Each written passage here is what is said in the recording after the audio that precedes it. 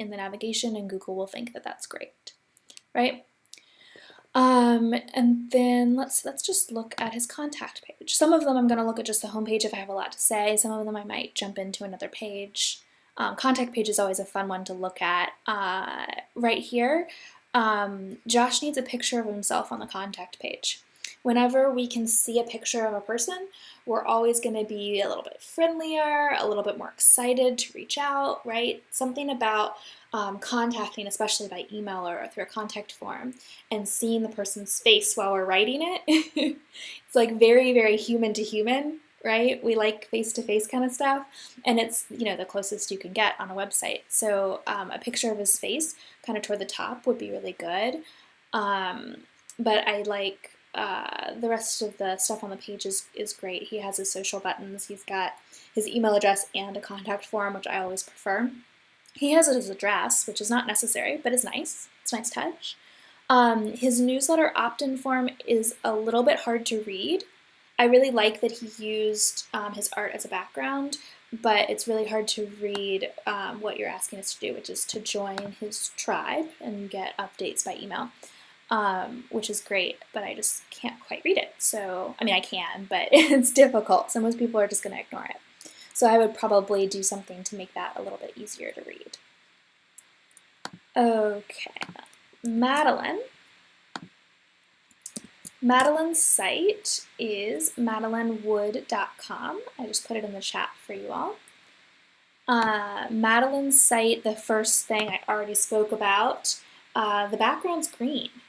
Well, there's like a white background and then there's a green background beyond it, and it actually looks quite like a website from the early days of the internet, maybe in 90s, late 90s, early 2000s. It was kind of right around the time when people would do that, where they'd have like the site is like a box, and then back behind the box, no matter how large people drag their browser window, is just a background color, right?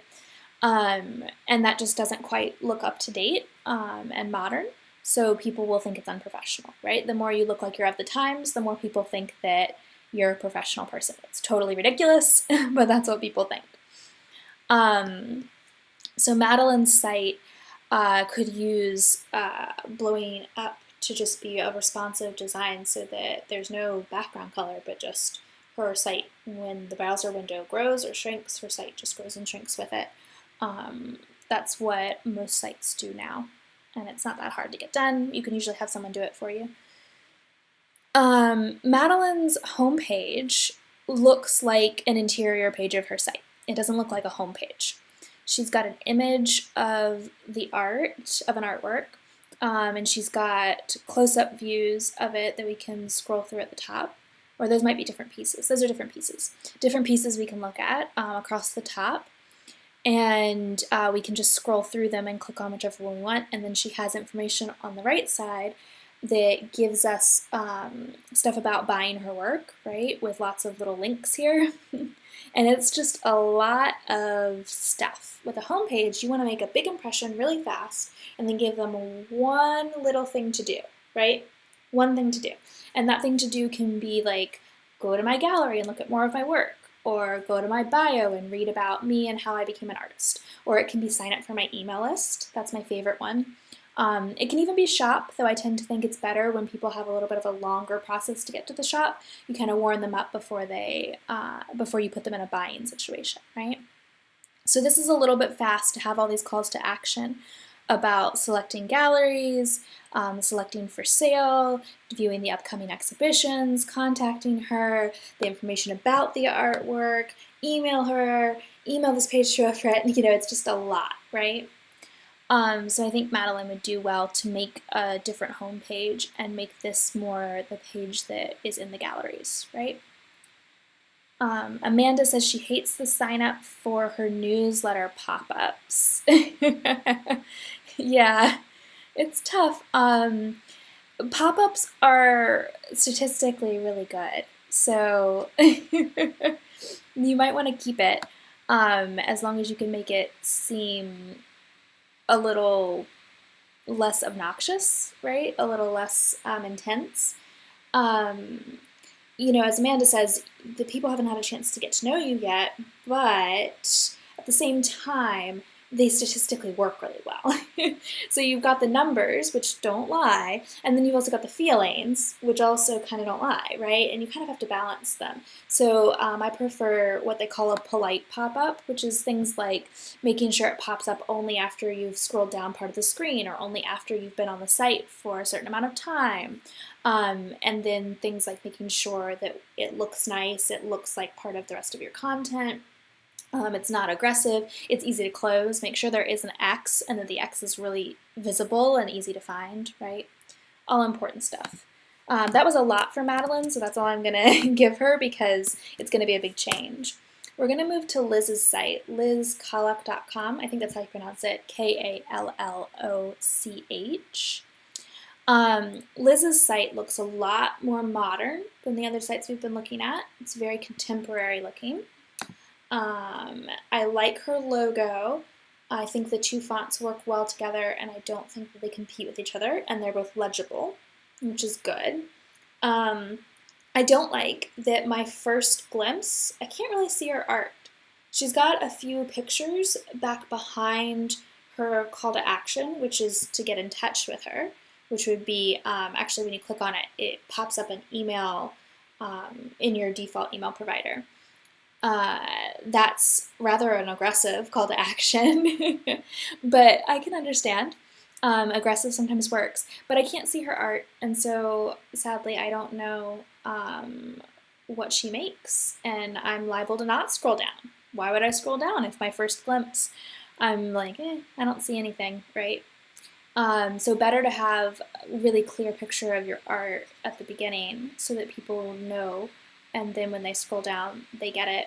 As well, for her, she does some other things, and I think that's why she produced this background with like a few different angles and stuff, which I understand, but maybe you should give me a little bit more clarity on what it is you create then. I'd rather see like 3 boxes that have titles underneath them, so that I know that you do graphic design, illustration, painting, I don't know what you tend to call the more, I hope it's not offensive, woo-woo side of things, like the mystical, spiritual side of things that you have. That kind of stuff. Feel free to do something like that. Kind of like how you have the recent, I think those are blog posts, or their recent projects. That's also something to clarify. If I don't know right away, I've looked at a lot of sites. If I don't know right away what something is, when I scroll down, she's got these most recent boxes, and it has book design, illustration, tools, and talismans feature, but it took me a second to figure out what was going on here. So it should say at the top, like, recent project, rather than most recent. Then I immediately, the bold text tells me what it is I'm looking at, which would be a recent project, right? Cool. I like that she's got this sign up form. I wouldn't put it at the bottom. I would actually put it where she's got the get in touch button as a first step, because people are much more comfortable signing up for an email list than talking to you one-on-one the first time they take an action with you. Giving them something that's a little bit easier and simpler to start with, and then working your way up to something bigger tends to work. But I'd also run the numbers and see how you've been doing with this get in touch button. If it's been working really, really well, don't get rid of it. Do what works, right? That's Liz's site. Whitney's site is whitneydesignstudios.com. Whitney, I am actually a bit surprised. I thought there would be more color. I've seen Whitney's work, and I thought her site would have a little more color on it. I would really, for her, suggest that she create a logo that's a little more stylized and has a color to it, and sets it right in the center at the top instead of off to the side. So it's like, boom, that's my name, and this is the brand, right? Because what she's really missing here is branding. There's always branding, no matter what you do, no matter how little thought you've put into it. There's always branding to it. There's a brand there, right? It's just that hers is very quiet and very generic. She used really simple fonts. really kind of classic feeling fonts, and everything's gray and black. And that's okay for the majority of the site. It lets the art kind of pop and be the main focus. But as a first impression, before I've really looked at her stuff, it's lacking a lot of her personality and a lot of the style of the artwork. Part of that might also be that the photograph she's chosen feels a little bit washed out, right? And so because of that, Sarah, it's WhitneyDesignStudios.com. Thanks, Amanda. Thanks for being so helpful, guys. I love that you help each other. But the washed out photo might kind of, it's not super washed out, but just a little bit, and it might take away from some of that impact of the brand as well. So you really want to see branding. On the bright side, this image, I can see her artwork in several different spots well enough that I feel like I get a good sense of what kind of art she makes right from the start, and I can decide whether or not I like that kind of art and want to stick around. As I scroll down on her homepage, there's a lot of text, and there's a lot, and like it's in a lot of places, and it's just too much. She's got 3 columns going on, and 3 columns is too much. You should, especially on a homepage, have 1 column, and then the most I would really ever have on any page of your site is 2 columns. So go look through your site, and if any part of your site has more than 2 columns, aside from like a shop page, which might have 4 in a row of products or something, that's fine. But anywhere else, anywhere where there's text, you want 1 or 2 columns, no more than that.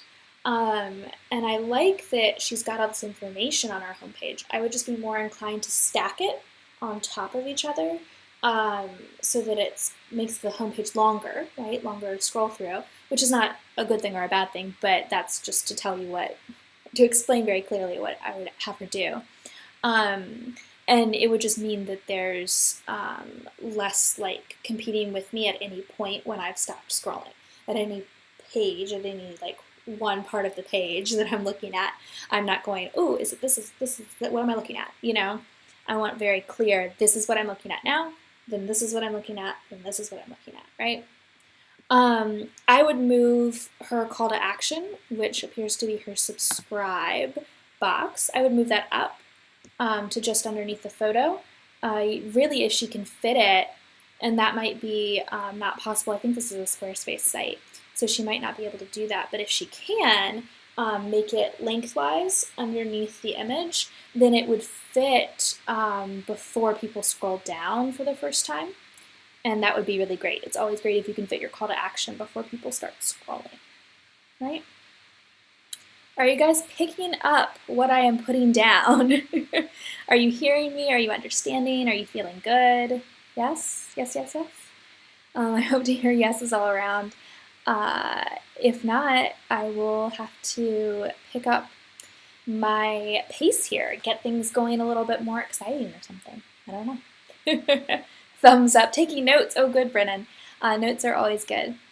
Also, on Whitney's subscribe form, her submit button is black. Black seems to be statistically doing really well right now, but it's also not going to help with your branding, the look of the page, drawing people's eyes to that box. So I would probably test and see what kind of reaction she gets from that button, how many people are clicking on it, for a couple months and track that. And then I'd probably switch it to a color, probably a blue or a purple that matches her kind of artwork style, and test that for a few months and compare. And then just use which one works the best. It's called an A/B test. You want an A/B test. Some of your websites will have actually built in a way to do that more easily and more quickly, because they'll show it to half of the people that come to your site the same time frame, so you don't have to manually change it. Oh, great. I'm so glad to hear that you all are having a good time and learning a lot. Super important. It's the reason why we're all here. I never like to do anything where you don't learn. Jules is making changes to her site right now. That's great. I love it. Missy too. That's awesome. You guys are fantastic. We're going to move to Katie's site, katiecoyle.com, or katiecoyle.com, sorry, Katie, CATIECOYLE, and I just put the link in the chat as well, if you guys just want to click it.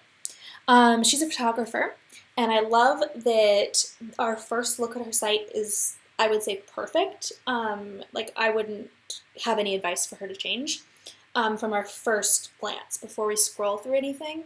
Nice big logo, which is nice, especially because her name is big. And having your name big is name recognition. The more times people see your name, the more they're going to remember your name, and the more that when they see it around the internet or on social media or wherever, they're going to recognize it and be like, oh, I know that person, right? Yes, Brennan says it's not responsive, which I haven't looked at. It does okay with the big. It's responsive with the big part of the browser, but when you shrink it small, it's not, which is interesting. But you would want to hopefully make it responsive all the time. Oh, I just paused on you guys, sorry. It just flipped. You would want it to be responsive all the time if you can. Of course, when it gets smaller, especially on phones and tablets, responsive is important, and Google really treats responsive as a very important thing right now, so you're going to have trouble in search results, right?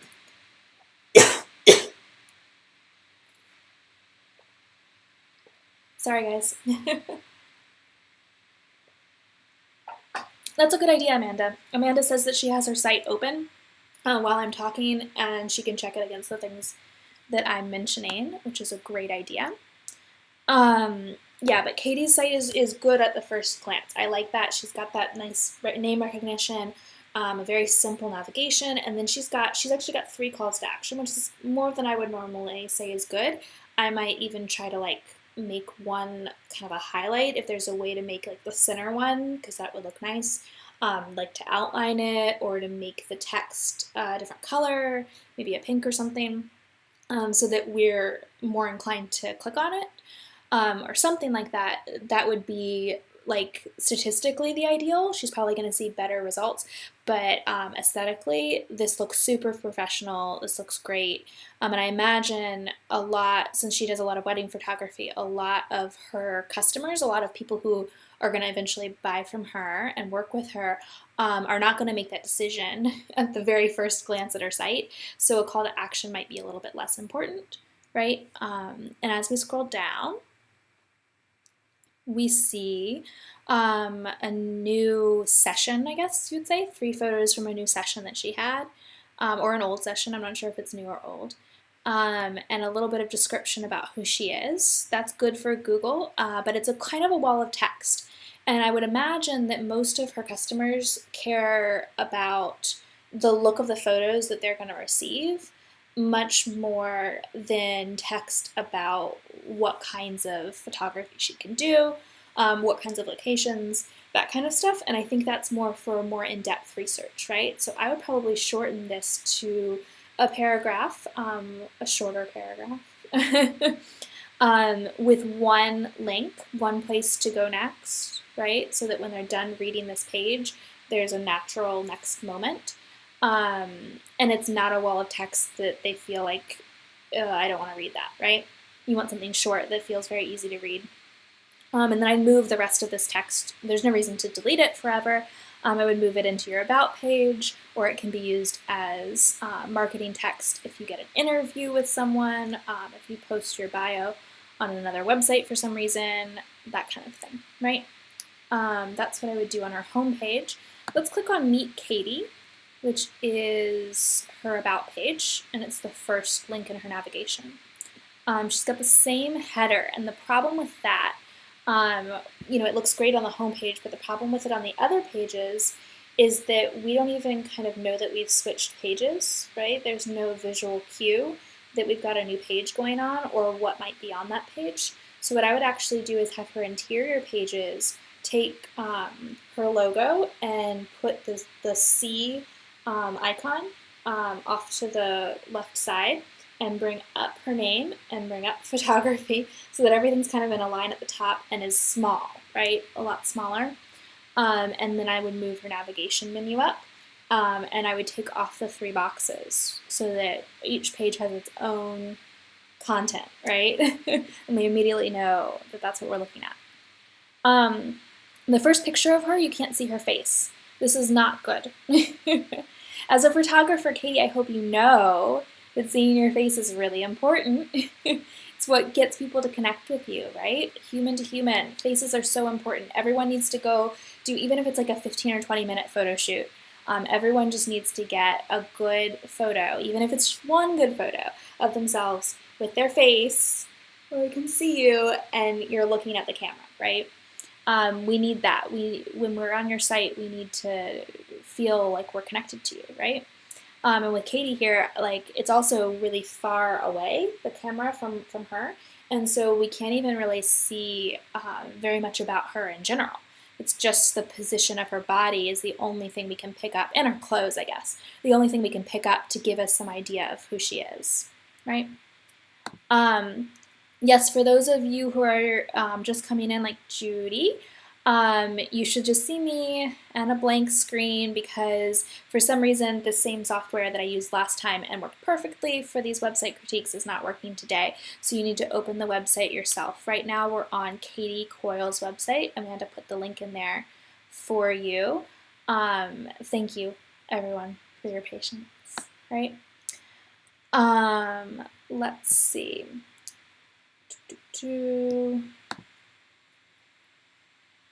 When I scroll down on Katie's About page, I love that she has the few of her favorite things. That gives us some personality.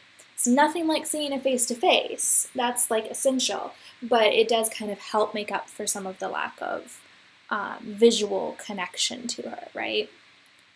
It's really nice. Nice. That's Katie's site. Let's move on to Janice's site. I'm going to put it in the chat for you.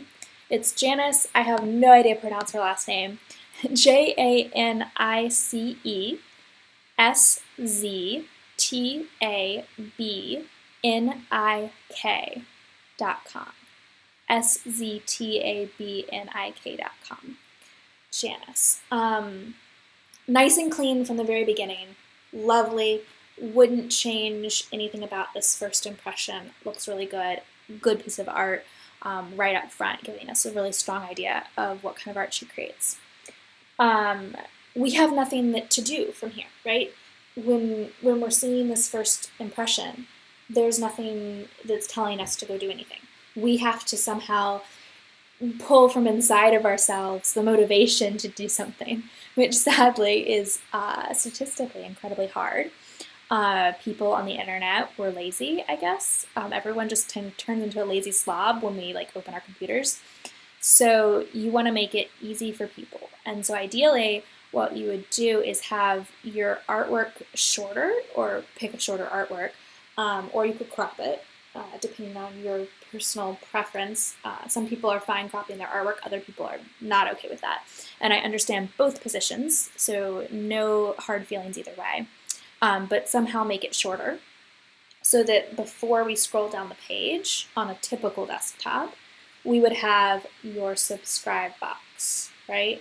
Which is my favorite call to action.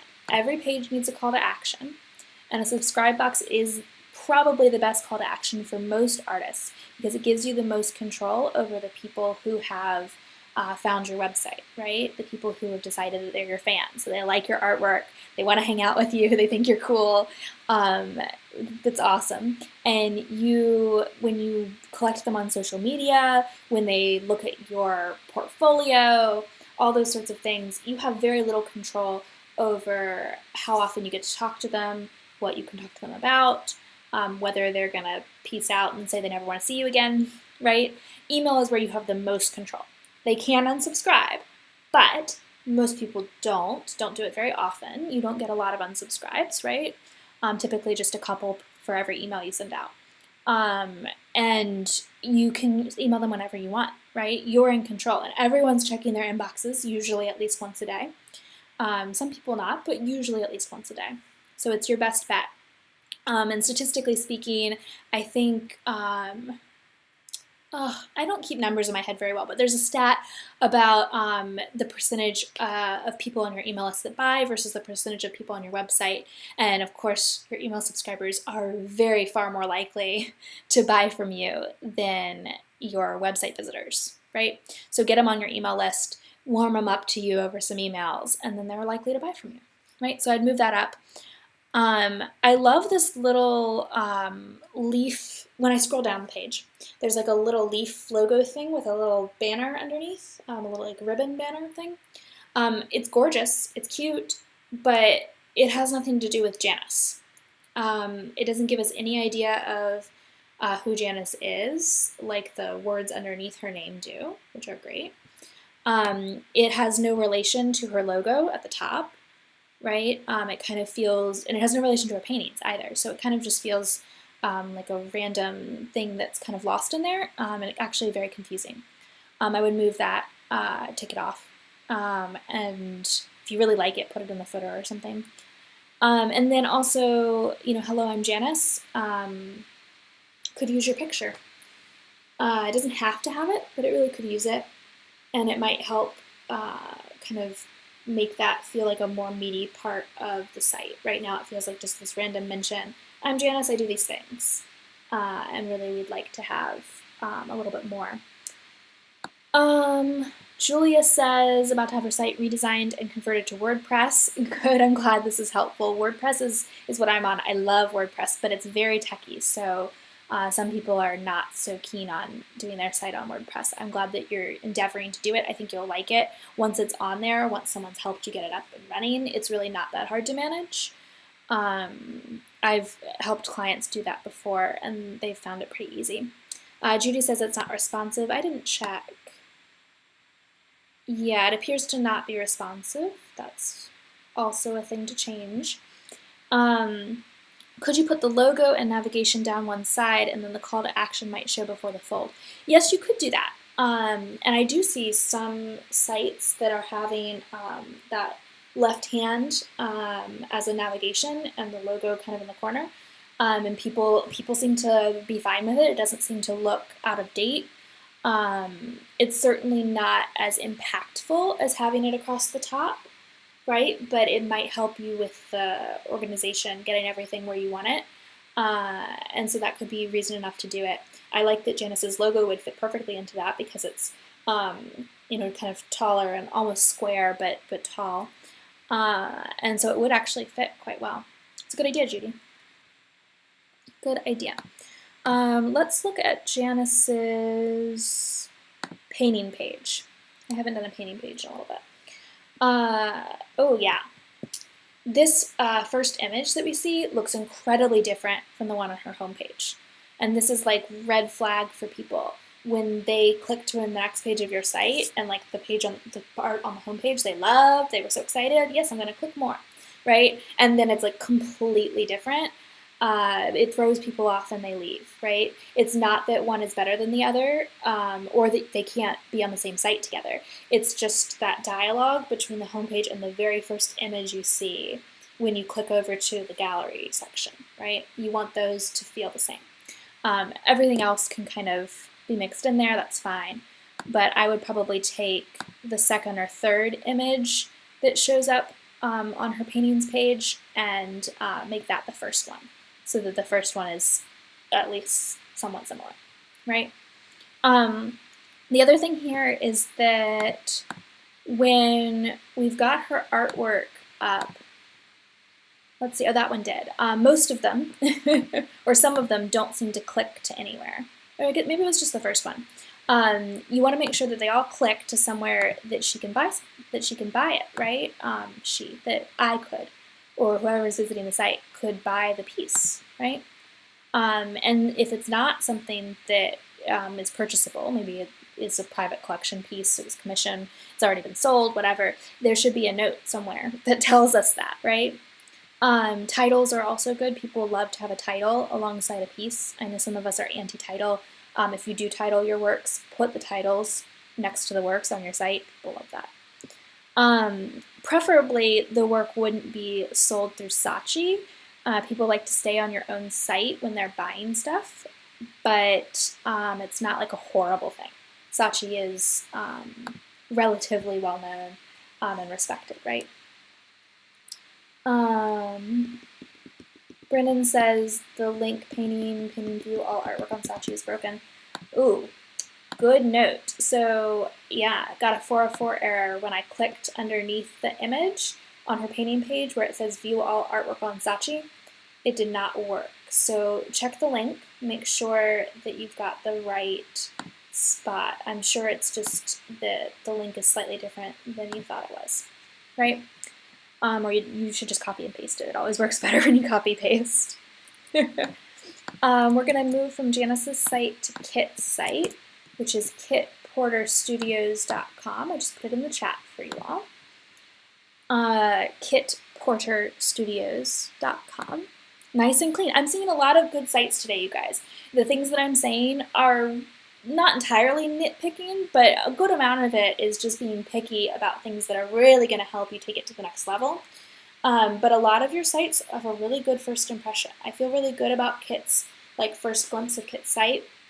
It's strong, it's nice and clean. Her name is very visible. I'm gonna remember her name, right? I would say her slideshow she's got going on here is probably a deterrent. Not that it is a slideshow. Slideshows are about 50-50 on whether they work or not. I think this one looks good. It's just that some of the pictures in the slideshow feel kind of irrelevant. There's a photo of just some paintbrushes, and they're not with any of her artwork or anything. I love the photo of her working. I love the photos that she's got of collected objects that she might work into her art or use as inspiration. And she's got, of course, several pictures of her art, which is all great stuff. But then the photos that are just of tools feel very irrelevant and a little bit confusing as to why we're here, right? We want to see the artwork right from the start. As I scroll down, we've got take off Powered by Squarespace from the bottom and replace it with a copyright notice about yourself.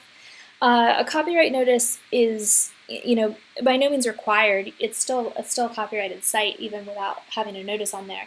But the notice deters people who don't think about it and might want to steal your images. It's not people who are trying, because people who are trying don't care about your copyright notice, but just putting copyright Kit Porter Studios is going to deter the people who wouldn't have thought about copyright issues and would have just clicked and downloaded the image and printed it out and or used it on their site or whatever. It's going to make them think twice, like, oh, right, copyright issues are a thing.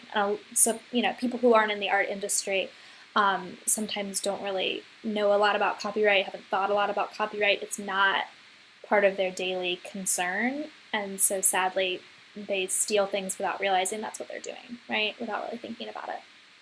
Let's click over to her portfolio as well, to Kit's portfolio section. Her portfolio looks really nice. I like the 2x2 kind of thing going on. It leaves the images enough room to be kind of big, but without being huge, right? Gives us enough that we can see it like that. I like she still has some sold pieces. That's good. People like to see sold pieces. This is a good tip. People like to see sold pieces in your shop.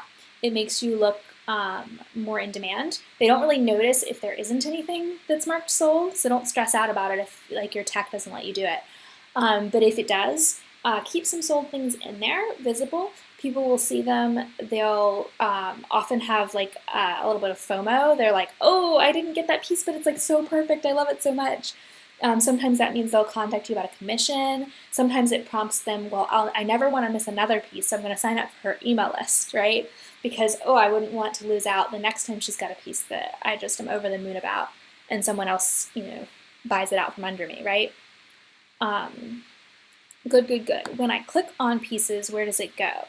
Great, it goes to a shop page. I'm a huge proponent of shops on artist websites. There's a lot of contention about this. Not everyone agrees with me, but I really see experientially, not from any sort of studies or anything, but just from experience, I really see that you tend to get more people buying and more people inquiring when you've got a place they can just click and buy something, right?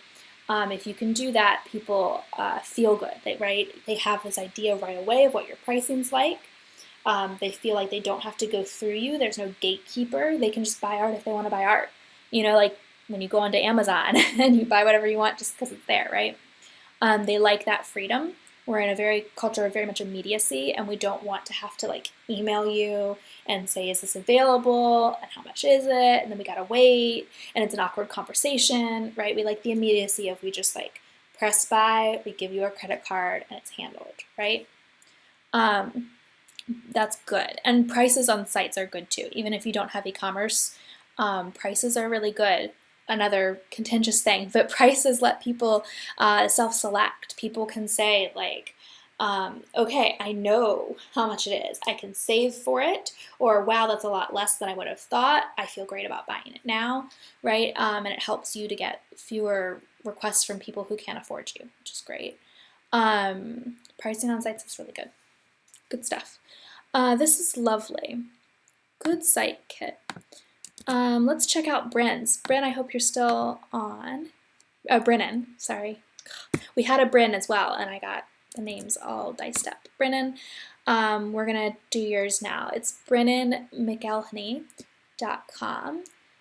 BrennanMcElhanney.com, and I've got it in the chat. Oh, Kit, you were here for that. Great. Always glad. Laura wants to know what my thoughts are on a sold artwork page. I like them. I prefer when they're mixed into the shop a little bit and you just kind of take off the older ones that maybe don't quite reflect what your style is like now. But if you've just got tons and tons of them and they all feel like your style currently, having an archive kind of page, a sold art sort of page is fine. I wouldn't put it in the navigation.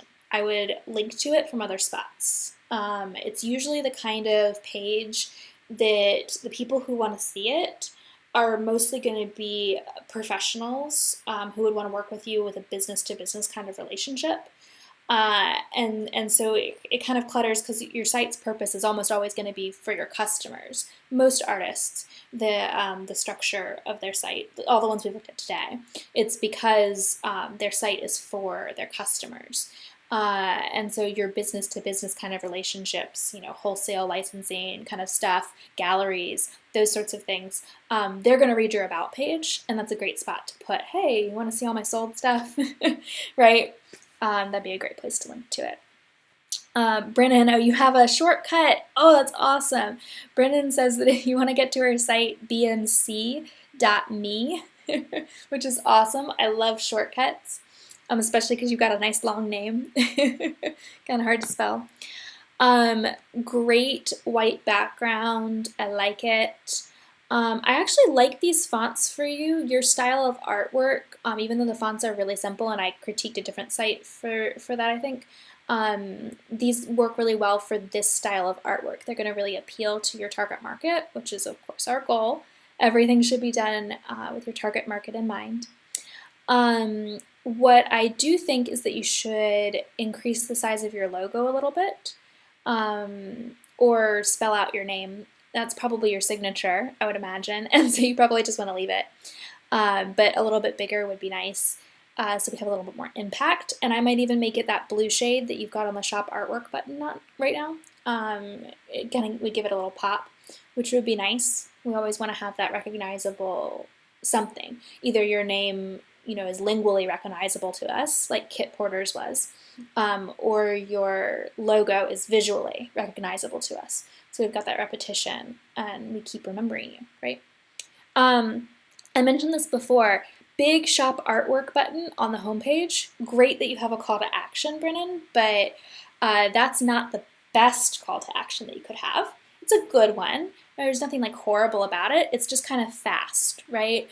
You want to think of selling art like a relationship, and if the first day of the relationship you were like, great, let's have sex, that would be like, whoa, right?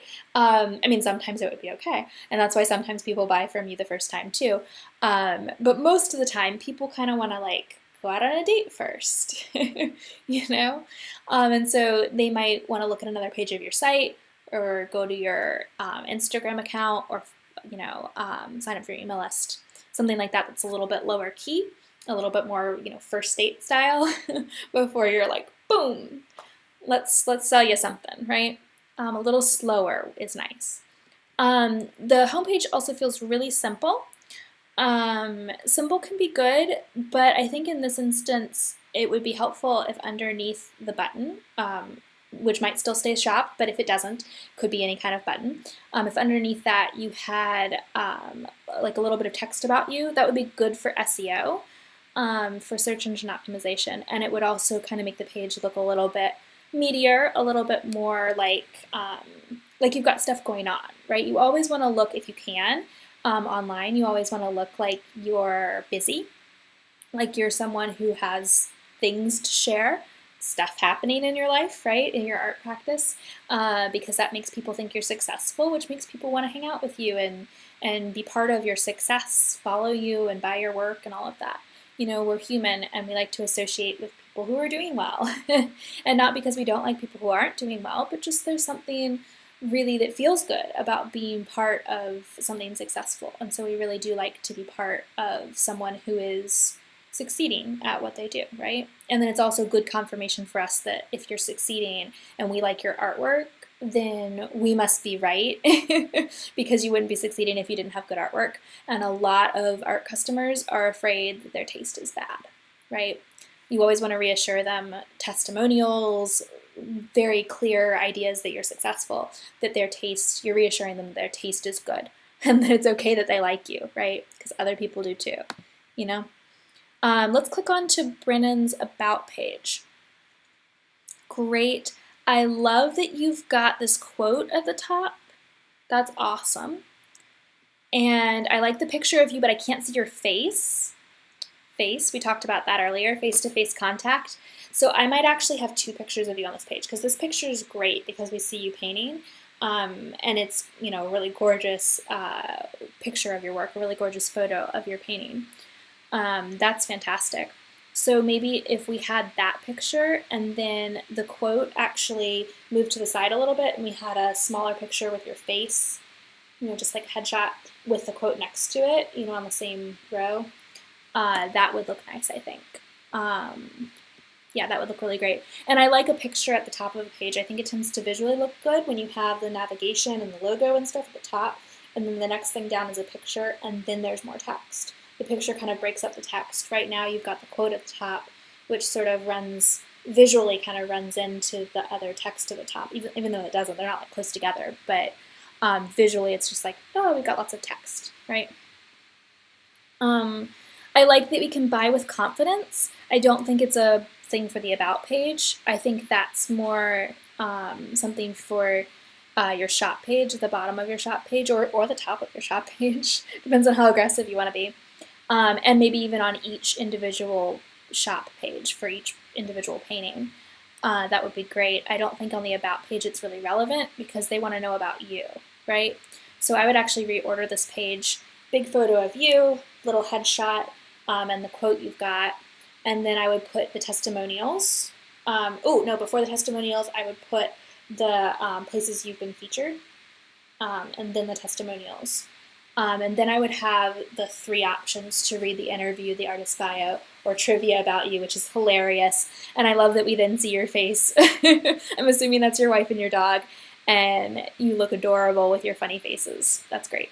Good personality dose. You guys, for everyone's edification, whenever you can have a dose of personality in your photos or your videos, it's awesome. People love to see like you being playful or interesting or funny, letting your guard down, being, yes, professional is good, and you definitely want stuff where you look professional, for sure. If the 10 fun and random things trivia picture with them like making funny faces were the top photo, I would be like totally against it. But having it in here gives him a dose of personality and connects people, right? Yes. Brennan, I'm glad that you like your wife. It would be really sad if you were like, that's my wife, and she's all right. Judy says that she has a friend who lives in Asheville, but she's in Vancouver. Asheville's really close, by the way, to me. I'm in Raleigh, and so I'm near as well. We're going to move to Cindy's site now. CindyMcDonoughArt.com. I can read, guys. I swear, I learned that years ago. So it's Cindy, Cindy, McDonough, McDonough, art.com. And the link is in the chat again. Thank you guys for bearing with me with this stuff. So mine comes up with a translate thing, but that's a Google issue. So I'm just going to close out of that so I can see a clean copy of her site. That looks really good, yes. This is where we were just talking about it on Janice's site, that we could have the navigation and the logo on the left. Cindy's site has this. So it's got her logo. I think she needs a more a fancier logo. Stylized, that's the word I'm looking for, and a more stylized logo. I'm all for things being clean, but this site lacks branding, and you really want branding as an artist. There's so many people who create art, especially pet portraits, not especially, but also pet portraits, which is what Cindy does. We don't want to get lost among the shuffle of all the people who make it because we have no brand, right? So something more stylized. It could still be black. It doesn't have to be a color. But like maybe the first letter of each word is a, kind of fancier letter. It doesn't all have to be like super crazy or anything. Just a little bit more. Jan, I'm so sorry that you're having trouble. I'll send out the recording and hopefully that'll work well for you, right? You can feel free to leave. I understand. Some of you guys are not going to be able to put up with this. It's tech issues, and I hate tech issues too. I probably wouldn't stick around if this were someone else's webinar. So feel free to leave, but I'll give a recording. I'll send it out to all of you. I assume all of you are signed up. If you're not, send me an email, laura@lauracgeorge.com, and I'll make sure to get you on the list so that you get the recording. Okay, so Cindy's site needs a better logo. I do like the rest of the sidebar, except the social buttons need to go find their way to the very bottom. You want the social buttons in the footer most of the time.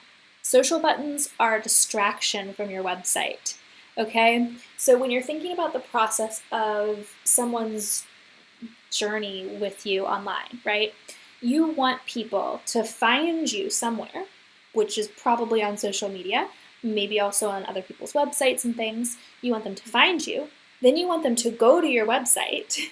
Then you probably want them to go to your email list or to buy something or to email you, right? Connect with you directly. You don't want them going to your website and then going back to your social media. That's like the wrong thing. That's going backward in the order of what you're hoping for, right? We don't want that. We want to progress them further along the pathway to being a customer, right? Rather than taking them back. And social media, they're just less likely to become customers that way. So put those in the footer. You need to have them on your site somewhere. People need to be able to find them when people are like, "Ooh, I love this and I want to follow her on Instagram," which is great. There's nothing wrong with that. But for sure, you don't want them to be like front and center. You want them hidden, right? Someone has to kind of look for them. Also, they're colored buttons on this particular site, and so they're extra visible. Yes. Let's look at her contact page. Julia says her signature is nice and could make the logo. I always like signature logos. I think they're cool, right? People like them too. Other people are really into them because it feels very artsy, right? Business card logo is lovely. Great, Laura. I didn't see that. Let me pop back over and look. Oh, yeah. The signature. Haha. So we're on her contact page now. And it's a little bit too simple. Really, on your contact page, you want to give people every option for getting in touch with you, right? Because they might have their own idea of what method would be the best for them. So a contact form is great, but certainly not necessary. It's the least necessary. Then having your social buttons is good. Having your email address spelled out for people, maybe even clickable, so that it has like the mail to tag, and when they click it, it'll pop up their email provider. If that's too techy for you, don't worry about it. It doesn't have to be clickable. But spelled out your email address. If you feel comfortable and maybe you do a good amount of like local sales, your website, not your website, your phone number, and maybe even your address. depending on how comfortable you are with it. That's all good. Good stuff for a contact page. You want all of that. Your email sign up form, right? You want your email sign up form on this page, on the contact page, because ideally, everyone who comes to your site and wants to contact you likes you enough that they also want to be on your email list, right? You don't want to miss that opportunity, get them on there. And then put your face. I've been talking about that a lot today. It's super important. People need to see that face to face. People right now are buying art when they feel connected to the artist. They're a lot less likely to buy art just because of the artwork, because they see so much. It's like so easy to find good artwork out there, right? It's so easy to find artwork they connect with. That we've kind of gotten a little sterilized to this concept of connecting with an artwork, right? We see artworks, I mean, not everyone sees them daily, but they see artworks often enough that they find beautiful, attractive, soul connection, right? Whatever it is. And so people really need to see a face so they can get to know you. They feel like they're not just connected to the art, but they're also connected to the person who created it. So there's a lot more depth there. Jules, how much longer will I go? I'm thinking 30 to 40 minutes longer, because I'm definitely going to end by 4 because I've got to leave for a meeting at 4. Yes, but if you can't stay live, I'll send you the recording. Right? I love recordings for people. I don't want to force you guys to show up, and there's no time that works for everyone, so for sure. Let's move on to Marcy's site. MarcyScudder.com, MarcyScudder. MarcyScudder.com. Cool. Yes, I like the logo. And the little tagline has her titles, what she does. Artist, writer, yogini. What I don't like about her navigation is that when I shrink the window, pieces of the navigation drop down, but not a lot of them. So if I shrink it just a little bit, like only subscribe drops down. If I shrink it a little more, contact and subscribe drop down, and it kind of like looks unbalanced. And so you have to imagine some people are opening up your site and their window size is already set, and it's set to not necessarily a perfect size for you. So that's super techy. But if you are capable or want to hire someone who's capable, it would be something to change that I think would be beneficial, to make it so that if anything drops down, you have like at least 3 or 4 of them drop down so that it feels more even, or that if one of them drops down, it's at least in the center, right? At least center. This welcome message feels like your brand, right? It feels like what you're trying to get across. But at the same time, from an artist, I'm not sure about from a writer, that's not my expertise, not sure about yoginis, but from an artist, we expect to see art first. So my inclination would be to move the images up, and I assume these are images of your artworks, and my inclination would be to move those up and then put the welcome message below that, right? And then maybe something else to visually break it up, some sort of imagery, maybe more artworks, to break it up before the next section of text. I like that you've got these daily practice and online shop. Preferably, you pick only one as your call to action, but having 2 is not horrible. People can just select one or the other. Most people can handle that kind of a decision. There's like, I can't remember what it's called, but there's kind of a phenomenon in science, in psychology, I guess it is, that when people are presented with choices, the more choices they have to make, the harder it is to make one. And how you apply that to your site, the more likely they'll run away too, and just not pick a choice at all. With your site, how that works is that people have to decide, A, are they clicking or are they not clicking? Right? That's the choice we always forget, and so we think we're only making them make one choice. They have to choose either daily practice or online shop, but we're actually making them take 2 choices, or depending on how you look at it, even 3 choices. Do they want daily practice or online shop? And then do they want to click it or do they not want to click it? Right? And it's like a lot, apparently, ridiculously, it's a lot for our tiny little human brains to process and make that decision. So you definitely, if you can cut it down to one, you do want to. But I understand when you've got, when you're someone who does multiple things, it's not just the artwork; it's other things too. You sometimes need to have multiple ways for people to interact with you, and that's fine. Cool, cool, cool. I would be inclined to put the quote from Bhagavad, I think I pronounced that right, Gita, underneath your photo, just to kind of, like, it's the last thing, it's a quote from someone else, so it has nothing to do with your expertise, which as a writer and yogini and artist, you should be an expert writer, an expert yogini, an expert artist, right? And so you're the one that people want to hear from, not Gita, right? Let's click on your daily practice page. Nice, we've got photos and text. It looks like a poem of some sort. That's good. I'm not going to read it, sorry. If I had more time, I totally would. I dig poetry. But, okay, yeah. So this is like a little bit of a blog with photographs and poems. I think this is great. I actually wouldn't change anything about this. This looks really lovely. I might take off the comments on your whole blog. I bet you don't get a lot of comments, I would imagine. Comments are just dying in general, but for non-education style posts, I bet you don't get very many comments. And assuming that you don't, I would just take it off completely so that the thing that people do after they read a post is hopefully share it, right? I might even take off the likes too. So it's just about sharing.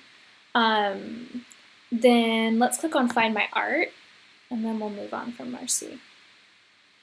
Yes, this needs pictures. We want pictures of the fronts of these locations, right? Or of your artwork hanging in that location, one or the other, next to each one of them, right? That would be awesome. That would really make a huge difference and make me like really excited, even if I don't happen to live in Vermont and can't go to these places. I would be like, whoa, look at all the cool places that she's showing her stuff, right? That would be great. Rachel, I'm so sorry you had a chunk missing. We were on Marcy's site, but we're about to move on to Jules. JulesTillman.com. I'm putting her link right there for you in the chat. It's JulesTillman.com. Yes, yes, yes. You good? Okay. Jules' site. Oh, again, we have I'll remind everyone, my expertise is in art, and so when you do multiple things, I have experience with that too. Just wouldn't call myself an expert.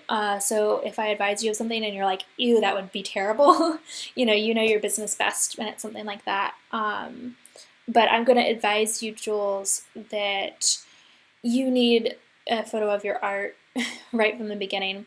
The photo of your face is really good branding. And so I think that's good. I might actually even put the art underneath that, but I want to be able to see the art before I scroll down, and I can't, right? Oh, good night, Julia. We'll see you later. I want to be able to see the art, and I have to actually scroll down to see it, and I don't think that's really helpful for people. You do have a couple different styles, and so what I think I would be inclined to do for you is vertically shorten everything above the 3 boxes that you have for the abstracts, portraits, and digital, right? I would visually shorten everything above that so that you can kind of see the start of those boxes. You're not going to be able to fit them all up, but you can at least see the tops of them. So we have a sense that there's art right there, and it makes us want to scroll down the page. The worst thing you can do on any page that you want people to scroll down on is leave a spot at the beginning when they haven't scrolled at all on a typical desktop to leave it where they think that there's an end, right? Which is what I see right now.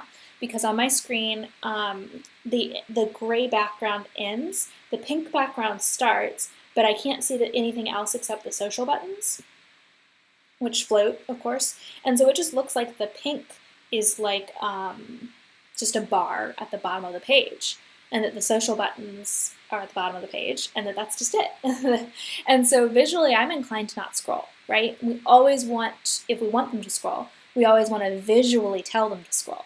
And so if you can move things so that the beginning of those boxes is there, then we know that there's more stuff on the page when we scroll down, right? So that would look like probably making the photos smaller, cutting a little bit of the text, maybe a sentence or two, and then cutting some of the white space, which is actually gray and pink space, so that things are tighter, right? You could also hide your menu.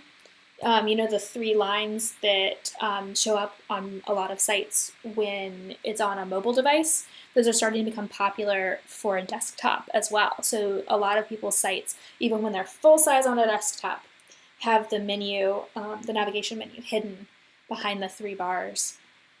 So you could totally do that as well, which would save some of that vertical space. Yes? As I scroll down, I do like the ones that you've chosen, the pictures you've chosen for the boxes. I think that looks really good. I like the symmetry, with the couch and the coffee table, and then the bed that has the platform. I think that looks really very visually similar. So it splits it good so that the portraits, which would otherwise feel a bit out of place, they don't look as weird, right? Good on you with the subscribe. I love the pink button. That's great. Peach, I guess? I don't know. Probably depends on your browser. When you move down, there are things to click on, and I think you should put some sort of a title here. I'm going to assume these are blog posts, but it's kind of hard to tell. You might even just want to put like, what am I up to? Or something like that, just so that we kind of have an introduction to what is this section about, or just take the section off entirely. Really, the best home pages are going to have one call to action, and yours right now would have the 3 different boxes, so I can pick from abstracts, portraits, or digital paintings, and then the subscribe button, and then 6 different, I'm going to call them blog posts, I'm assuming that's what they are, and then your Instagram feed. That's a lot of different choices for us to make, as we talked about before. Do I click this? Do I not click this? But also, which one of these do I click? It's a lot. Oh, Jules, great. I should have refreshed the page. I popped them all up before we started. Jules says, when I refresh the page, it looks different. Ha! You're so smart. She already switched the order. Sorry if I was confusing some of you people who were looking at the new version of the site, because she just popped it open. Jules switched the 3 boxes so that they're at the top. I like that too. I think that looks good as well. It's a little bit a different brand feel, and so it's kind of up to you. Like, what is your brand? What do you want to emphasize here? Is it going to be kind of that deeper, a little bit sultry, a little bit dark of the photo of your face, or is it going to be these kind of cleaner, a little bit more modern pieces that you do, right? What's your brand? You have to decide. And cool, you moved the blog posts. I'm cool with that. I'm great with them being gone. I think it makes the whole page look cleaner. Excellent.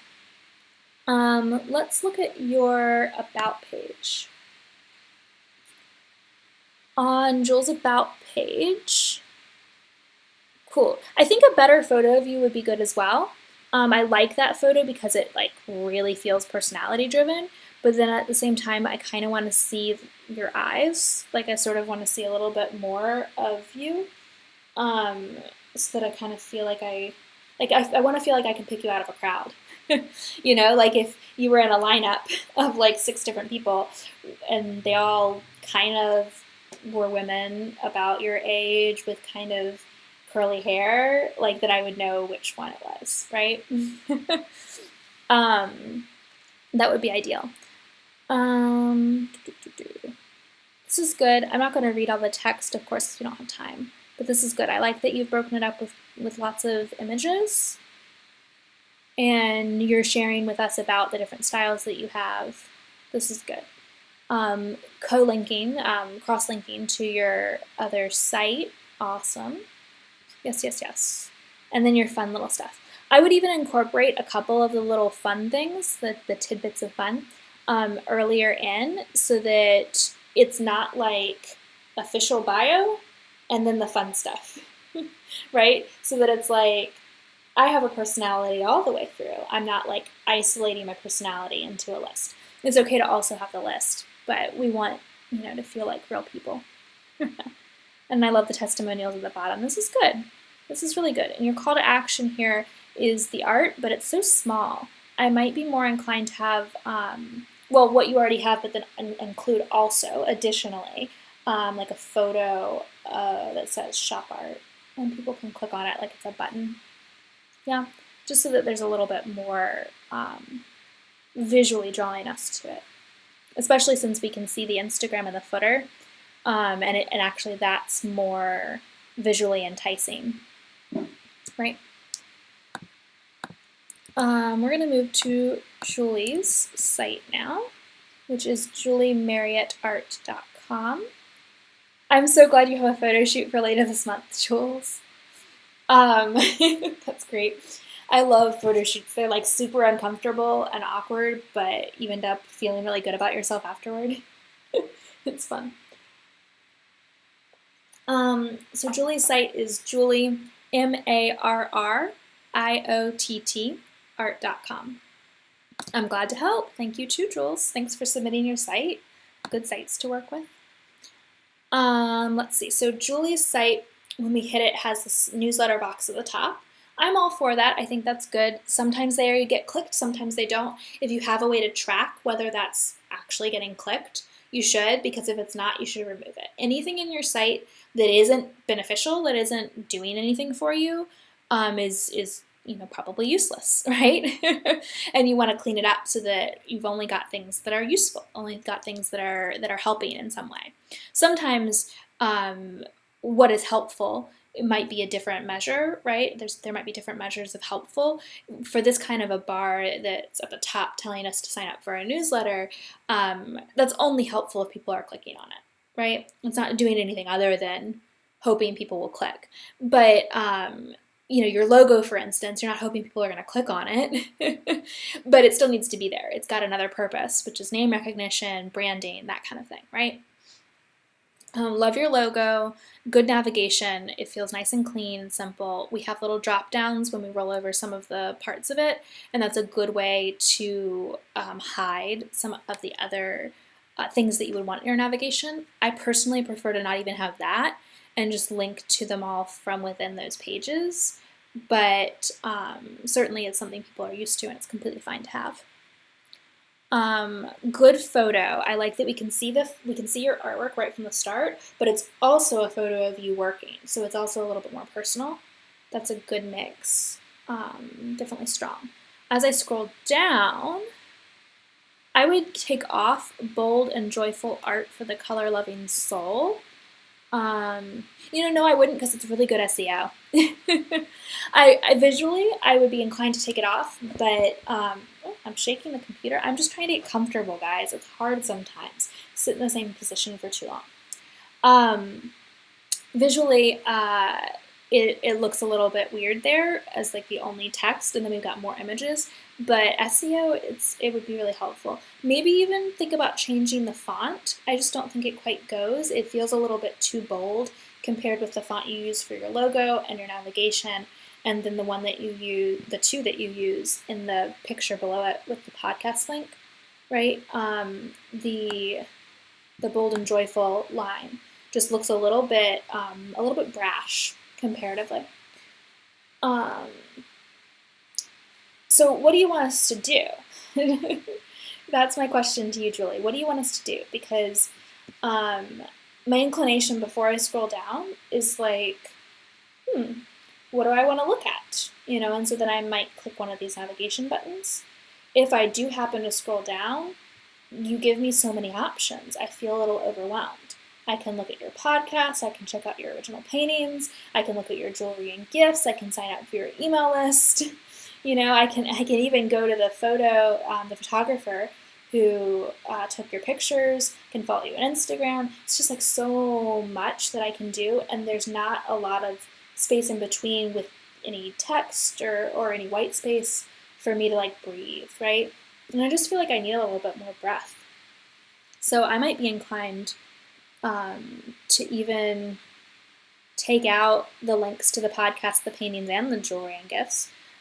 Take out the studio photos link, put that in the footer, right? Because that applies to your whole site. Anytime there's a studio photo, perhaps it's going to be by Catherine Beth, or maybe not. Maybe it's by several different people, but you could just put like some photos by Catherine Beth or something like that.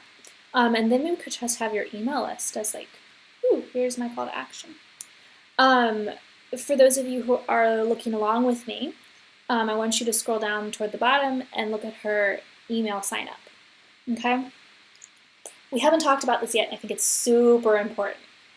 Email signups are not about, for the other person, for the person signing up, they're not about getting emails. Okay? The person signing up is not signing up for your email list because they want to receive an email from you. They are signing up for your email list because they want to get to know you, because they want to see all your art, because they never want to miss a piece, because they want to know what goes on behind the scenes of your studio, because they want to be happier and they know that your art's going to make them happier on a daily basis, right? Like they're signing up for emotional reasons. And so the worst thing you can do, and not that Julie's doing the worst thing ever, but the worst thing you can do is make it sound like you're signing up for an email list. And Julie's not quite going that far. Like a lot of people will just say, subscribe for my newsletter. Horrible.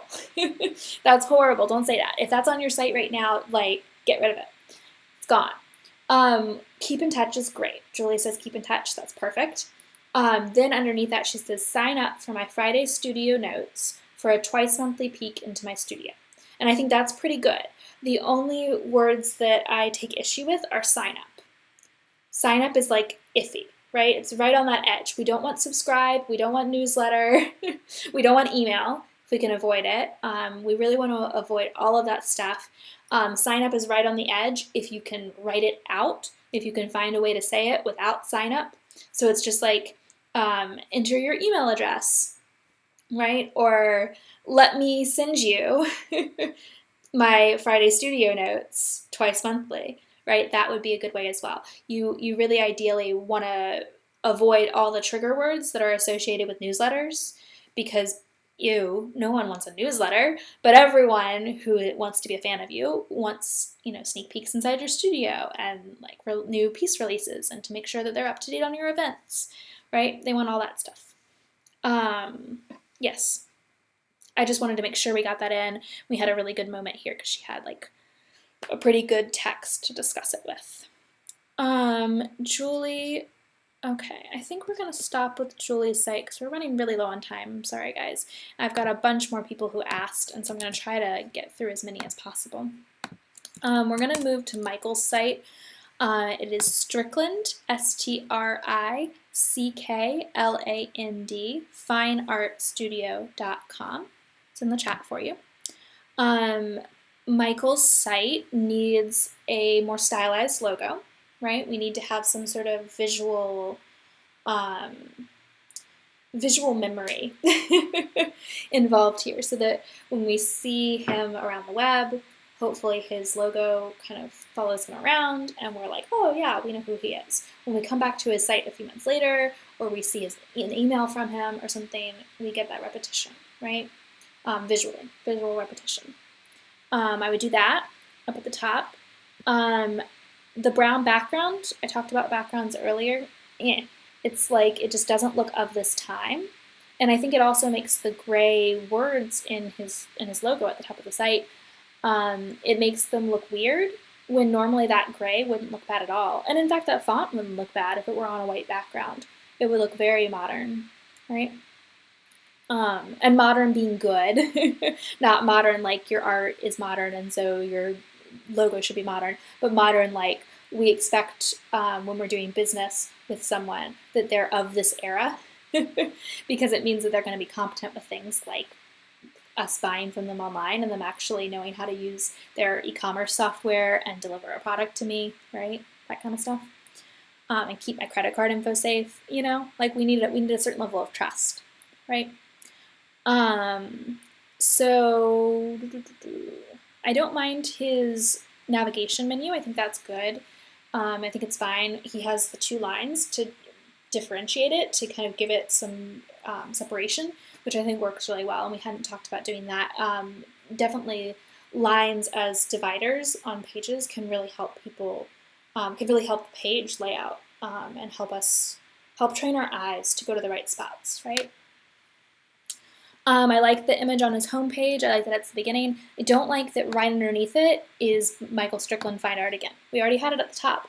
We don't need it again right underneath the image, especially when on a lot of people's computers, you wouldn't have to scroll to be able to see it twice, right, at the same time.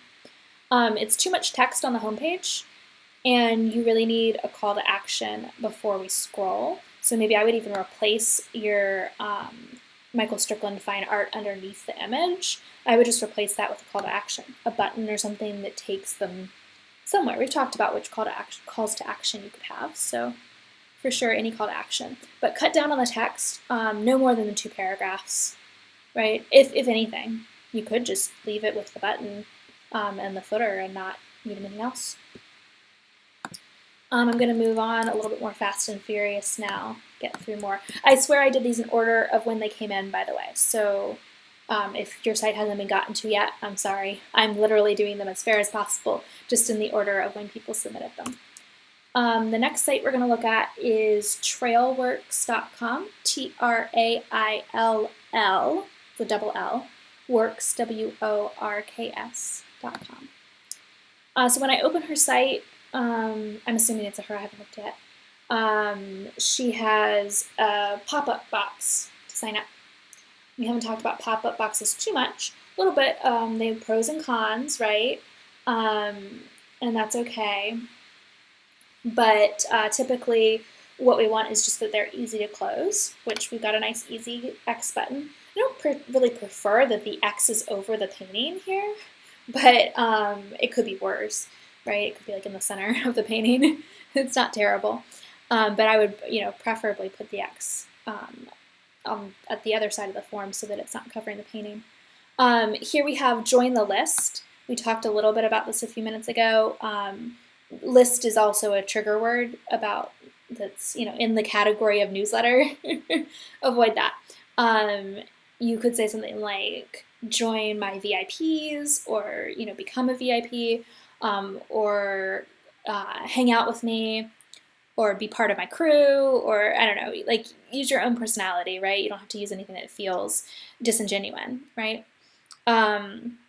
We didn't talk about incentives either. You can use an incentive for signing up. She has 10% off your next art purchase. And that's okay. I find that discounts don't tend to really work that well. People tend to feel like in exchange for giving you my email address, you're asking me to buy something from you. Which just kind of like, I don't know, it feels a little off, right? It makes them feel a little bit like you're pushing me into a sale so that I'll sign up for your email list. So I'm losing both ways, right? I'm giving, not losing, but I'm giving in both instances. And when does she give to me, right? When does the artist give me something?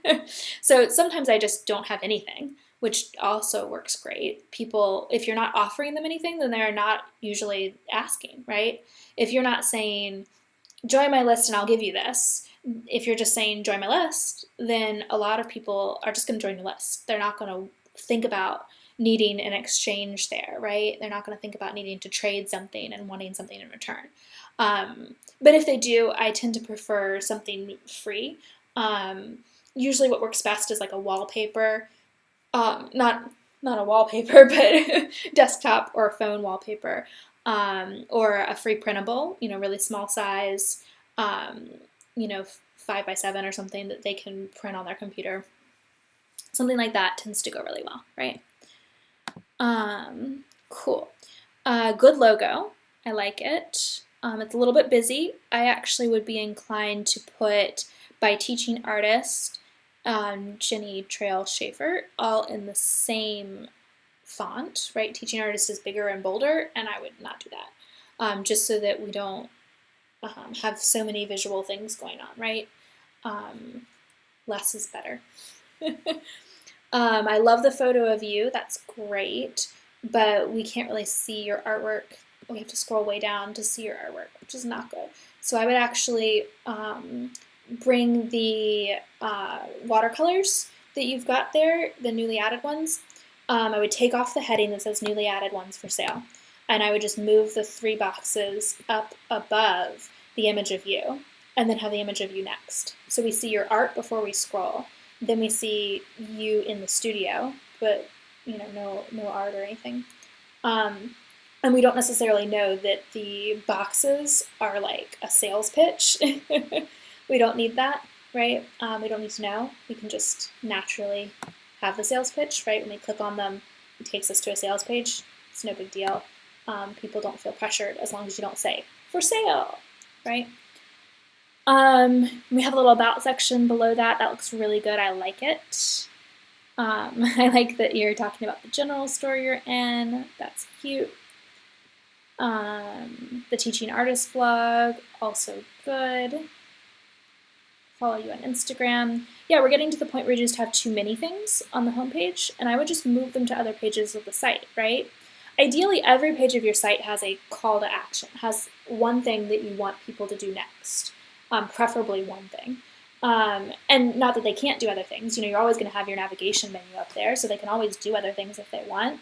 But you want like one thing that you're hoping that they'll do, one thing that you're kind of encouraging them to do that's sort of the natural next step of the page. And so you can move these other things, like the video of you, either could be like the main thing on this page, or it could go on your about page and be like a big thing on your about page at the start of your about page, like engaging people in the content, right?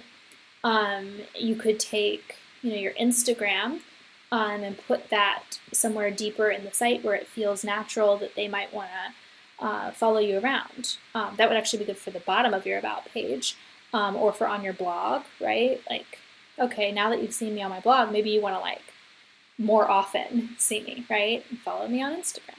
Yeah. Let's move on to Deanna's site. Amanda asked, I'm assuming you asked Michael how he picked the background color. Oh no, house walls. Ha! Amanda, you mean my walls? They were painted for me, if that's what you mean. We're renters. Thankfully, I love renting. We have all sorts of problems all the time with the house, and we don't have to pay for any of it. And all the walls were already painted, and I didn't paint any of them. I hate painting walls. Even though I wish they were different colors, but alas. So moving on to Deanna's site, deannalavoie.com, DeannaLavoie. Okay, Michael. I wasn't sure. Who knows? No, I'm not sure how Michael chose this color, but it is a popular color. I like that brown. It's nice. Yeah, my walls are kind of that brown too. Deanna's site. Let's see. Good. I like that logo font. I've seen it before in other places, but I think it works okay as a logo because you can adjust kerning and stuff, but it doesn't look really as good as a heading font. And so she has it as a heading, Revel in the Ordinary for It's Extraordinary, underneath the images. And like the H and the E run together. And I see this kind of thing with this particular font sometimes. Where like even the curves that come underneath some of the letters will like run into the letters and stuff. And it just kind of like is weird. So I tend to use it for logos because you can adjust those very particularly if you need to, like letter by letter, and then not use them elsewhere on the site. So I would be inclined to tell you to change your heading font, maybe to the font that you used for the navigation menu. That's nice. And then use your body font as it is. I think those would look fine together. Play around with it. Love that we can see your art first thing. Looks good. If you could make those images bigger, that'd be awesome, because I feel like we still have plenty of space to make it bigger, but I mean, I'm sure it depends on what's going on in the back end of your site. Let's see, we've got a little bit of a bio here, and we didn't talk about this, voice. On your artist website, because as we said, your artist website is usually going to be for your customers. You think about your business, think about how you do business. Most of the time, for most of you here today, you're doing business with your customers. And so you want your customers to be the ones that you're talking to. Customers want to talk to you, not to some faceless voice that's talking about you. So when you're writing text on your website, you want it to be in first person. So instead of Deanna Lavoie's art explores the glory of childhood exploration, etc., you want it to say, my art explores the glory of childhood exploration, right?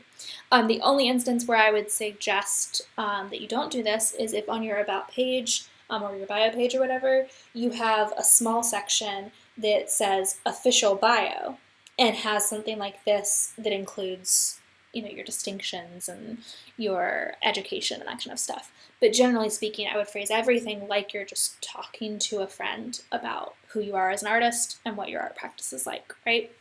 On the homepage, I would take off, typically, I would say take off things that are about your education or your awards or anything like that, because it usually feels a little forced. And that's not something that people are wanting. They want to feel like they're connecting with who you are as a person, right? So the more you can talk about who am I as an artist, what am I trying to do with my art, or who am I as a person. It doesn't always have to be about your art practice. It can just be about you. That's going to work really well for people who want to get to know you and buy your art, right? Your footer is really tall. What I'd really love to see is if it had the copyright notice and the social buttons in the same row, but on opposite sides. And then underneath that, it had the sign-up box, but the sign-up box was lengthwise, so that it was much shorter from a vertical standpoint, and much longer from a horizontal standpoint. So that might mean shortening the text, and it might just say stay connected. You might not even have anything about anything, right? People know what an email list is. They know when they're pressing subscribe or anything like that, when they're putting their name and their email and pressing a button, they know what they're going to get, right?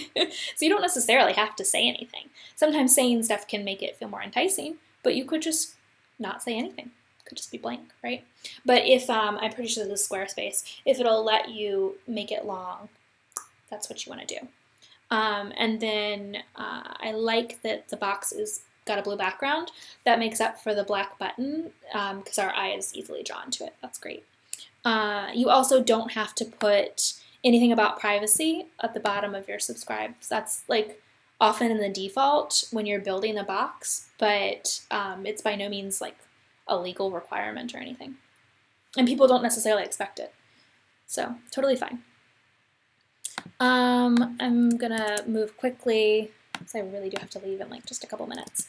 Marnie's site, marniejoyerickson.com. I just put it in the chat for you. Marnie's site has a pop-up as well. I like the pop-up because it's full of personality, but it is missing her artwork. And so what I would be inclined to do with this is not necessarily to change the pop-up because I think it looks really nice, but to not put it on the homepage, to only put it when someone's been on your site for a certain amount of time. If you can, make it do that, set it so that it does that. That way people have already seen your art when you ask them to sign up, and so you don't need it to be on this pop-up. But for someone who's coming to your site for the first time, I open it up, here's a pop-up, and I've never seen your art before. How do I know if I want to, have inspiration, reflection, open studios, series debuts, and first dibs on new work? I don't know, because I don't know what your art looks like, right? So that would be helpful. Good, I'm glad it helped, Deanna. Yes, so good site. I like the free shipping notice at the top. That's helpful for people. I like your logo. I definitely like your navigation. Very clean. The slider's nice. This email box underneath the slider, I love the little introduction. Want a monthly dose of color, induced happiness delivered to your inbox. Yeah, of course I do. But the box is like really hard to see. It's like, I don't know, the gray just doesn't work. I would actually put it in that pink that you use instead of the gray, and then I'm gonna be happier, because pink is happy, but also it visually connects with everything, and I can see it more.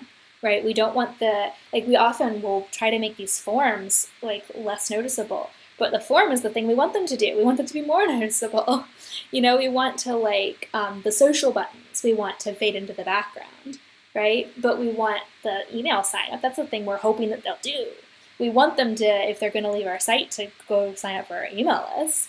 So we want that to be bold, right? Moving quickly, I'm going to just real quick a couple things about all the sites that I have left from people who submitted ahead of time. Christina Hoover, fineart.com, Kristina, Hoover, Hoover, fineart.com. Great logo, love it, very full of personality. I would make it bigger, the logo, just because it's just slightly too small to be perfectly legible for everyone, especially the fine art underneath your name. It's just a little bit bigger, not a ton bigger, just a teeny bit. That would be helpful. Amanda, I'm glad that we had you here. Hopefully you'll watch the recording to catch the last couple. It was great, it was fun, and you were super helpful in the chat. Thank you. It didn't go unnoticed. I would actually change the font. The font doesn't look professional enough, I think, especially the style of your artwork. We really, it's visually got a lot going on, and so we don't want the font to also feel like there's a lot going on, right? The font should be more simple to complement that your artwork is complex and has lots of movement, right? So preferably the font would be clean and simple, which I know is kind of hard for us sometimes, because that's, if you make art like that, then you're probably also drawn to a font that's kind of like that. But you kind of have to hold back and be like, no, I need a really simple, just a really simple serif or sans serif, either one. Probably sans serif would look nice. Depending on whether you find a lot of people attend your markets, I would be inclined to take off that whole bar that you've got with the paint and the markets on it, so that your slideshow is the first thing on the page, other than your navigation and stuff. It's kind of the first main content element. That's what I would do. That would really help. Yes. Sarah's site, sarahbuelldowling.com, SarahBuelldowling.com. Sarah's site, I like the logo, looks a little chalky. But you're a pastel artist. Totally makes sense. Took me a second to get there though. And I'm not sure why that is. Maybe it's the piece. The piece on the homepage is a great piece, but I didn't immediately scream pastel to me. I needed a second to register that. But it also might be that I'm moving quickly. I probably wouldn't have the gray background. I would probably flip it so it's a white background with the gray text. But gray, again, is not horrible, and it just depends on your market. You could use some curation. There's a lot of different styles here, and it's okay to have multiple styles, but you also want to make sure that they feel like they come from the same hand on your site. It's not that those are the only things you can make, right? You can make anything, and it doesn't need to all look like it goes together, but typically on your site, you want that to be the face of what people should think of you, and so you would want that to hopefully speak with a similar voice across mediums, and so you might need to do a little bit of curation to kind of say, okay, which things feel like they're coming from the same person, right? Which things feel like they're similar visual principles, even though they're different mediums, right? Just a little bit of curation would help. And a call to action on that page, yes. We're going to move to Harmony Thoughts, harmonythoughts.com. I don't like that I don't know who you are. Is your name Harmony? I don't know. I think it's Elisa because it says in this video that it's from Elisa. Preferably within the first little bit, if your site is not titled your name, which is I think the first one we've encountered today like that, we want to know your name pretty fast, right? I shouldn't have to hunt it. And remember, it's all about connection, but human to human connection between you and the people of the internet who are hopefully going to spend a lot of money buying your art. And so we need to know your name. We need to see your face. We need to know your name. So if you can do that, that would be helpful. I might even put it where you've got empower you to make art inspired by your stories.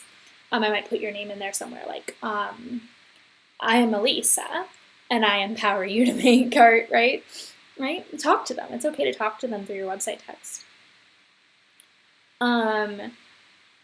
I would take off, this video is great, and I would just take off the title on it, and I would put, well, not take it off, I would put it underneath, so that the video, because the video has the title overlay on top of the video, which is fine, and obviously you can change that anyway. And so I would leave that as the top and then put, new class, watercolor sketch in your life underneath the video. It'll look better visually. No other reason than it's going to look good, right? Love the email sign up. I like that it's a download button. You just want to make sure that people know that they're also going to receive emails from you. So maybe something like, get this free ebook that helps you create expressive sketches in your life in pen and watercolor, and I'll keep you up to date on other, you could even say free, other lessons, other art lessons or other artistic lessons. You could even say other free creative help or whatever, however you want to phrase that, but just so that they know that that's not the only thing they're going to get from you. They're also going to hear more. There is something legal about that. In most countries, there's like a legal thing where you kind of have to need to make it clear when they're signing up for something and giving you their email what they're going to get, right? And last one, guys, and I'm sorry for those of you who didn't get your site in ahead of time. Don't worry, I will do it again. I try to do these now I'm trying to do them twice a year. So I'll let you guys know when I have the next one, and you can have an opportunity then to submit your site. CarlaBank.com. We haven't seen a site like this before. It's the full page is a photo. I think it actually works really well for her. It looks very high-end, which is good, assuming that your target market's high-end. We can see the art pretty well. That's good. It's definitely good. I think that paintings, murals, prints, accessories is distracting. I would take that part off. I'd leave your name, Carla Bank, and I'd leave the inner and the subscribe buttons, except I would make the inner button something else, because I think people don't know what it means anymore because it's not used on websites very often anymore. And so instead I would make it say artwork or portfolio or something like that, because that's the page we hit when we click on it, right? It's a really nice homepage. It looks completely different from the rest of your site. When I click on inner, your site does not have that same feel to it. And so I would work to create a dialogue between those two in feeling. Of course, they're not going to look the same because it's going to have probably a white background. But I would try to make kind of the colors feel the same, the fonts feel the same. I'd use the same font on Carla Bank here on your on the page I hit when I click enter as you did before, right? I would try to kind of keep everything very much as close visually as possible so that they dialogue with each other. People feel like they didn't go to a different spot, right? You want them to always feel like they know where they're at. All right, bye, Carol. That is it for today, guys.